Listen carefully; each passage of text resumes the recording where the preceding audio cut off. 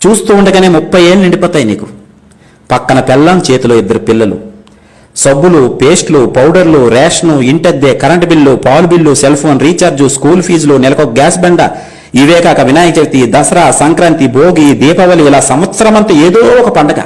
అన్నిటికీ డబ్బు కావాలి. ఒక్కసారి వెనక్కి తిరిగి చూస్తే బాధ్యతల అగాధంలో పడిపోయి ఉంటావు. వచ్చిన శాలరీ సరిపోదు, ఎక్కడ చూసినా అప్పులే. సడన్ గా పిల్లలకు బాగాలేకపోతే ఒరికిపోతావు. చేతిలో 500 కూడా ఉండదు. జీతం రాగానే ఇస్తాను 500 ఫోన్ పే చేయరా అని క్లాస్మేట్ ఫ్రెండ్కి ఫోన్ చేస్తావు. డబ్బు సంపాదించడం ఎంత కష్టమో తెలుసుకుంటావు.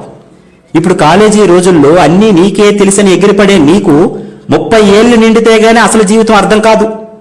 అంతలోనే నీ పేరెంట్స్ ఈ లోకం విడిచిపోతారు. అప్పుడు తెలుస్తుంది నీకు జీవితం అస్సలు విలువ. కూలి పని చేసైనా నీ తండ్రి నిన్ను ఎలా పెంచాడో గుర్తు చేసుకుంటావు. ఊరంతా బలాదో తిరిగొచ్చిన అమ్మ ఎలా భోజనం పెట్టేదో గుర్తొస్తుంది నీకు. అప్పుడు ఏడుస్తావు బయ్యో. తొక్కలో లవ్వని అమ్మాయి వెంట తిరిగి అది మోసం చేస్తే ఏడ్చావు చూడు, అసలు అది ఏడుపే కాదు. అమ్మా నాన్న పోయాక ఇప్పుడు వస్తుంది చూడు, ఇది అసలు ఏడుపు. తెల్లారితే ఈఎంఐ కట్టాలి, అప్పులు వాళ్ళు ఫోన్ చేస్తుంటారు, సమాధానం చెప్పలేక ఫోన్ స్విచ్ ఆఫ్ చేసుకుని పడుకుంటావు. కానీ నిద్ర పట్టదు, ఇంట్లో కూరగాయలు ఉండవు. నీ దరిద్రం చూసి భరించలేక అప్పుడు నీ పిల్లం ఒరే చేతకాని దద్దమ్మా, పడుకోవడానికి తప్ప ఇంకా దేనికి పనికిరాని ఎదవు నువ్వు అని నిన్ను పక్కింటోడితో పోల్చి పొడుస్తూ